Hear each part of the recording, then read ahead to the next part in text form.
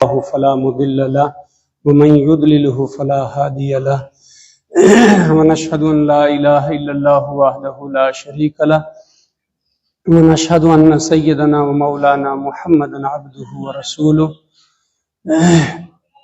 أعوذ بالله من الشيطان الرجيم بسم الله الرحمن الرحيم يوم لا ينفع مال ولا بنون وقال النبي صلى الله عليه وسلم کن فی الدنیا کأنک غریب او عابر سبیل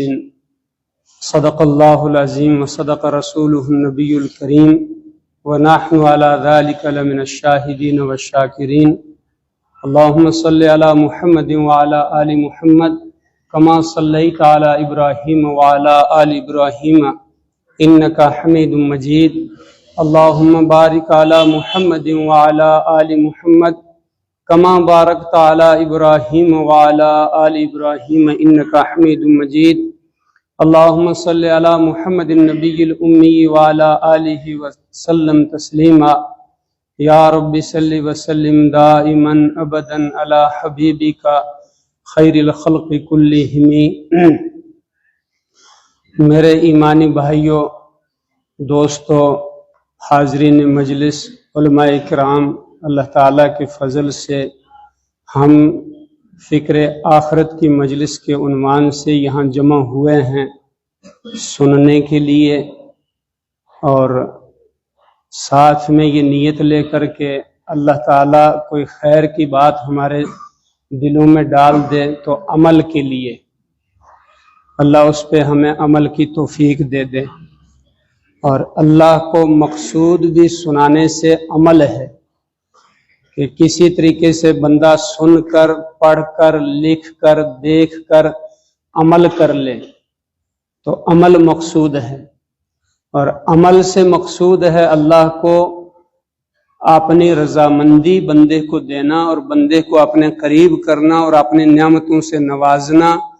اسے متقی بنانا، اور پھر آخرت میں اس کو ایک اچھا مقام یعنی جنت نصیب کرنا۔ سب دعا کریں اللہ تعالیٰ ہمیں دنیا میں بھی خوش رکھے اور آخرت میں خوش رکھے۔ دونوں جہان کی خوشی اور کامیابی اللہ تعالیٰ کی رضامندی ہے، اللہ کا خوش ہونا ہے، اس لیے کہ ہمارا اور اللہ کا ایک خاص تعلق اور خاص رشتہ ہے۔ اسی تعلق، اسی رشتے کی بنا کے اوپر کائنات کا نظام بنا بھی اور چل بھی رہا ہے۔ اسی رشتے اور اسی تعلق کے بنا پر کائنات کے اس نظام کو کچھ سکون ہے، اور یہ نظام میں جتنی چیزیں ہیں، یہ پیداوار ہیں، یہ سب اسی نسبت سے ہیں۔ جس دن یہ رشتہ ختم ہو جائے اس دن ساری چیزیں ختم ہو جائیں گی۔ ہم اس وقت دنیا میں ہیں اور مسافر ہیں، ہم اس وقت سفر میں ہیں، اور ہم وطن کو جا رہے ہیں، وطن اصلی کو، جسے وطن اصلی کہتے ہیں، جہاں بندے کو رہنا ہوتا ہے اسے وطن اصلی کہتے ہیں، جہاں رہتا ہے بندہ۔ اور مسافر جب سفر میں ہوتا ہے اس کی دوڑ لگی ہوتی ہے رات دن کہ کب میں منزل سے قریب ہو جاؤں اور اپنے مقام پہ پہنچ جاؤں۔ سفر میں وہ رات کے گزرنے کو، دن میں تھوڑی دیر ٹھہرنے کو ایک تھوڑا سا قیام سمجھتا ہے، اور اپنے دنیا کو راہ گزر بن کے دنیا سے گزرتا رہتا ہے سفر سے، اور آگے چلتا رہتا ہے، اور یہ کہتا ہے کہ تھوڑا 2 قدم اور آگے بڑھ جائیں، 2 قدم اور اب آگے بڑھ جائیں، پڑاؤ سے جلدی اٹھ جائیں اور پڑاؤ دیر میں ڈالیں تاکہ ہم قریب ہو جائیں۔ یہ مسافر کا ایک انداز ہوتا ہے۔ پھر مسافر اپنے سفر کے اندر خرچہ بھی اسی نظام، اسی حساب سے کرتا ہے کہ مجھے خرچے کی ضرورت اصل وطن اصلی میں ہے، اس لیے کہ یہ تو میرا سفر ہے، یہاں نہ میں نے مکان بنانا ہے، اور یہاں نہ میں نے فضول خرچی کرنی ہے، یہاں نہ میں نے زیادہ پلاؤ یا زیادہ دوسری چیزوں کے اوپر فضول خرچی کرنی. سفر ہے، پانی ملے پی لو، کچھ ملے تھوڑا ساتھ لے لو، کھانا اچھا ملے تو کھا لو،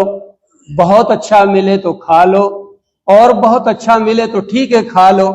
ورنہ اگر سوکھا روکھا ملے تو اسی پہ گزارا کر لو. آگے بڑھو، آگے چلو. اس میں اچھے کھانوں کی تلاش میں مت لگو، رات ہو جائے گی سفر میں ہی اور منزل چھوٹ جائے گی، نقصان ہو جائے گا اور ساتھ ہی آگے نکل جائیں گے. اس لیے ادھر ادھر مت دوڑو، صبر کرو، صبر سے کام لے لو. کچھ پیاس برداشت کر لو اور کچھ بھوک برداشت کر لو. یہ بات آدمی اپنے نفس سے بھی کہتا ہے اور یہی بات آدمی اپنے متعلقین سے کہتا ہے. متعلقین میں دوست ہیں تو دوستوں کو ترغیب دیتا ہے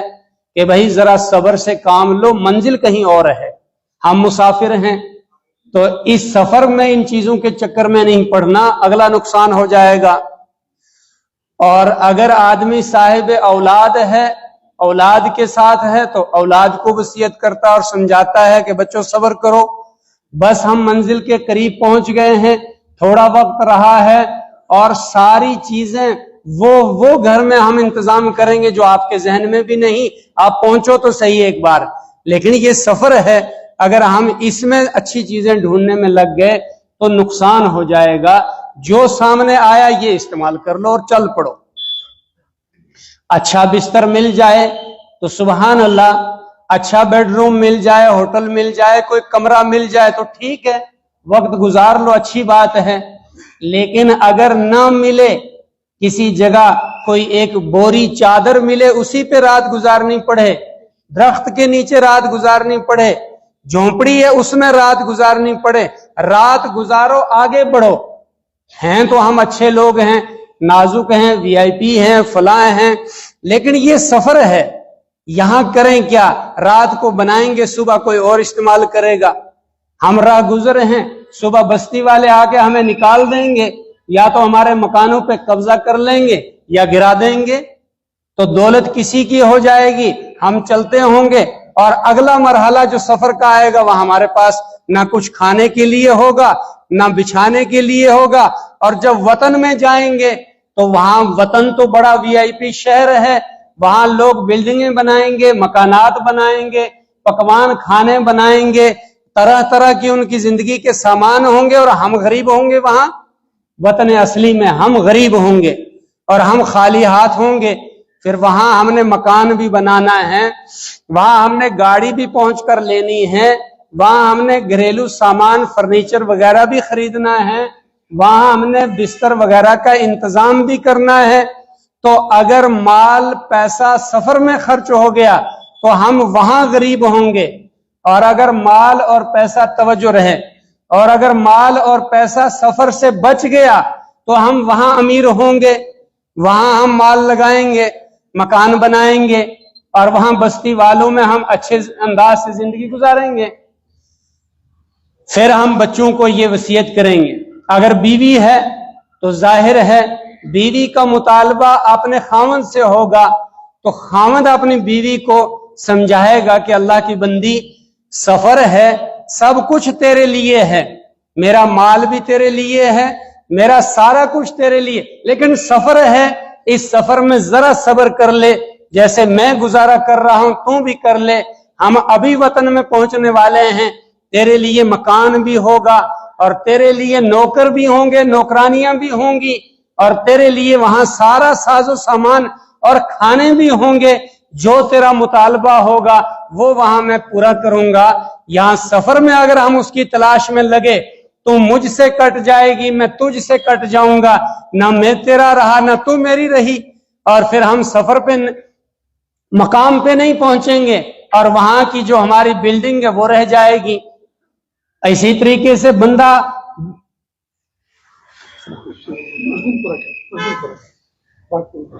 بس عرض ہے اتنی ساری کہ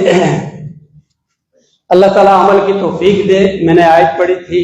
یوم لا ينفع مال ولا بنون، اس کا ترجمہ کر دیتا ہوں کہ ایک ایسے دن سے ملاقات ہونی ہے جہاں نہ مال نفع دے گا، فائدہ دے گا، اور نہ اولاد کام آئے گی، وہاں صرف اللہ تعالیٰ کے سامنے ہم نے اپنی ذات سے خود حساب دینا ہوگا۔ ہاں وہ مال کام آئے گا جو دنیا میں اللہ کے لیے خرچ کیا ہوگا اور حلال طریقے سے کمایا ہوگا۔